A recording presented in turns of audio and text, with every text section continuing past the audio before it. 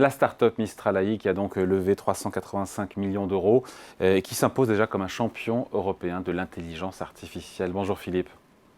Bonjour David. Philippe Escande, éditorialiste au Monde, une start-up créée seulement il y a 7 mois, 8 mois à peine, qui est déjà valorisée 2 milliards de dollars. Et elle peut s'imposer, ou c'est du fantasme, ou c'est possible, comme un concurrent sérieux, un rival possible face à OpenAI, ChatGPT ou même encore Google? Alors elle peut encore, bien sûr, elle peut encore se poser. Les jeux ne sont pas faits dans l'intelligence artificielle, hein, un peu à la différence de ce qu'on voit dans les moteurs de recherche ou même dans le commerce en ligne. C'est vrai que là, il y a une fenêtre dans la mesure où la technologie est toute naissante qu'en France, il y a un certain nombre de conditions qui sont réunies et notamment, il y a un vivier de talents en mathématiques, hein. On est très mauvais à l'école, mais par contre, on a des très bons génies des mathématiques. Et donc, tout ça fait qu'il y a un terreau avec des gens qui sont prêts à mettre de l'argent, avec un gouvernement qui est assez offensif là-dessus. Donc, il y a une possibilité. Après, ça ne veut pas dire qu'il n'y a pas de retard. L'Europe, d'une manière générale, est très en retard par rapport aux États-Unis. Ça, c'est pas nouveau. Elle l'est aussi par rapport aux Chinois. C'est aussi maintenant un petit peu traditionnel. Et les sommes en jeu ne sont évidemment pas les mêmes. Quand je dis les sommes en jeu, c'est-à-dire les investissements hein, qu'ils arrivent à réunir. C'est vrai que là, Mistral AI vient de lever plus de 385 millions d'euros. C'est une somme considérable pour une levée de fonds en France. Mais il faut savoir que OpenAI, lui, a reçu 10 milliards de Microsoft. Donc la barre est loin, mais les jeux ne sont pas faits. Cette trajectoire fulgurante, impressionnante de Mistral AI, pour vous, ça illustre bien cette frénésie actuelle autour de l'IA, cette effervescence? Oui, bien sûr, bien sûr. Là, ça illustre totalement cette frénésie. En fait, il y a deux raisons, enfin, il y a trois raisons plutôt qui expliquent cette espèce d'emballement invraisemblable, parce que cette société a été créée quand même, vous l'avez dit, elle a été créée fin avril 2023. 2 mois après, elle réussissait à lever 100 millions d'euros et cette fois-ci, c'est près de 400. Donc c'est du jamais vu. En fait, on n'a jamais vu ça, hein. Alors, ça s'explique pour trois raisons. D'abord, vous l'avez dit, c'est l'euphorie absolue sur l'intelligence artificielle. Ça, c'est l'effet de ChatGPT. ChatGPT, en sortant de son produit et en sortant dans le grand public, a démontré que la technologie était au point, qu'elle était capable de générer des textes extrêmement sophistiqués et qui sont vraiment tout à fait semblables à ce que pourrait écrire un humain. Et du coup, ça a lancé, ça a un peu symbolisé cette course effrénée au contrôle de l'intelligence artificielle, qui est un peu la nouvelle frontière après celle de l'Internet.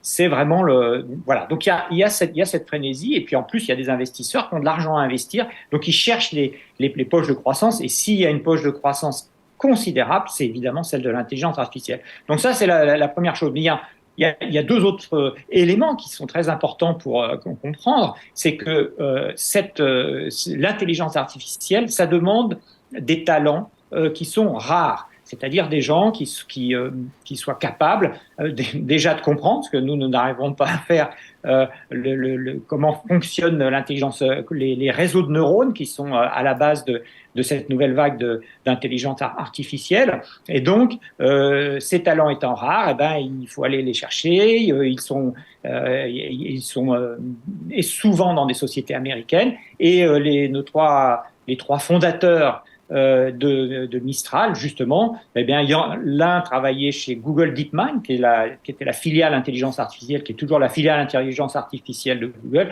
et les deux autres chez Meta, hein, Meta Facebook, et ont contribué à créer le moteur d'intelligence artificielle de Facebook. Et puis, il y a un troisième élément qui explique ces levées de fonds faramineuses, c'est que ça coûte très, très, très cher. En fait, pour entraîner, hein, vous faites un logiciel d'intelligence artificielle, mais tout seul, il ne peut rien faire. Il faut ensuite lui faire absorber, lui faire digérer des milliards de données. pour qu'il puisse après statistiquement générer son propre texte ou ses propres images, enfin voilà. Et ce coût-là, c'est un coût de calcul. En fait, il faut d'énormes ordinateurs qu'il faut entraîner très très longtemps. Et donc, pour créer un modèle de langage aujourd'hui, il faut jusqu'à 100 millions d'euros pour entraîner un moteur. Donc, si on le fait un certain nombre de fois, ou en fonction des clients également, eh bien, c'est très très cher. Et comme c'est très cher, évidemment, il faut qu'il lève beaucoup d'argent, d'où OpenAI qui s'est marié avec Microsoft parce qu'il proposait énormément d'argent, et d'où la levée de fonds qu'on vient de voir avec Mistral. Voilà donc les facteurs qui expliquent cette frénésie autour de l'intelligence artificielle, qui nous projette d'ailleurs, vous l'avez écrit, dans un emballement temporel. Vous avez écrit ça dans Le Monde. Pourquoi un emballement temporel, hein? Oui, ce que j'ai appelé l'emballement temporel, c'est pour dire que vous vous souvenez, dans les années, vous êtes trop jeune, hein, David, mais dans les années 2000, au moment de la bulle Internet, on parlait d'année Internet. C'est-à-dire qu'on comparait l'arrivée à maturité d'Internet avec celui de la télévision, de la radio et d'autres grandes innovations du XXe siècle. Et on constatait qu'il avait fallu 40 ans pour que la télévision s'impose dans les foyers et seulement 10 ans pour que ça arrive sur Internet.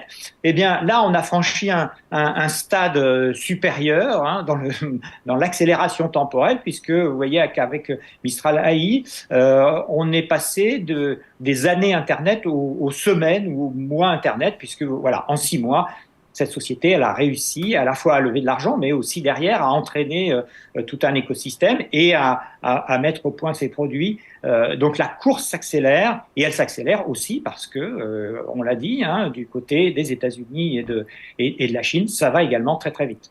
Là où ça va vite, on finit là-dessus, Philippe, en Europe, c'est sur la régulation. Il y a une législation inédite. Les Européens viennent de s'accorder là-dessus pour réguler l'IA. D'un côté, on a un accord historique qui est salué par Thierry Breton. Pas une bonne idée pour Emmanuel Macron. C'est toujours ça aussi l'Europe. Eux, ils inventent Google et nous, on invente la RGPD. C'est ce qu'on dit souvent, c'est Oui, la alors il y blague a d'usage. effectivement, on appelle ça le pouvoir normatif de l'Europe, c'est un petit peu sa grande spécialité. Là, il semble quand même qu'ils aillent un petit peu rapidement parce que réguler une technologie, c'est toujours très dangereux. Il vaut mieux réguler les usages qu'on fait de la technologie, parce que la technologie, c'est pas dangereux en soi. Ce qui est dangereux, c'est vraiment les usages qu'on en fait. Le problème, c'est qu'en gros, en Europe, il y a 3 pays qui sont dans la course à l'intelligence artificielle. C'est le Royaume-Uni, qui n'est plus dans l'Union, l'Allemagne et la France. Et évidemment, ces pays-là, ils ne tiennent pas du tout à ce qu'il y ait une régulation trop précoce qui bloque l'émergence de leurs champions. Et donc, ils freinent des cas de fer. Le problème, c'est que les autres, ils sont prêts à acheter du matériel qui vienne des États-Unis ou d'ailleurs, et simplement, et effectivement, ils poussent à de la régulation parce qu'ils veulent éviter les inconvénients de ces produits. Donc, il y a une espèce de dissension là qui est très forte entre d'un côté enfin ceux qui sont encore dans la course comme la France et l'Allemagne, qui eux effectivement essayent de repousser au plus tard possible une régulation qui freinerait l'émergence de leurs champions. Surtout Allez. que la régulation aux États-Unis ou en Chine, elle est quand même assez légère sur ces sujets. Ouais. Merci en tout cas, merci beaucoup. Explication signée Philippe Escande, éditorialiste au Monde. Merci Philippe, bonne journée. Merci David.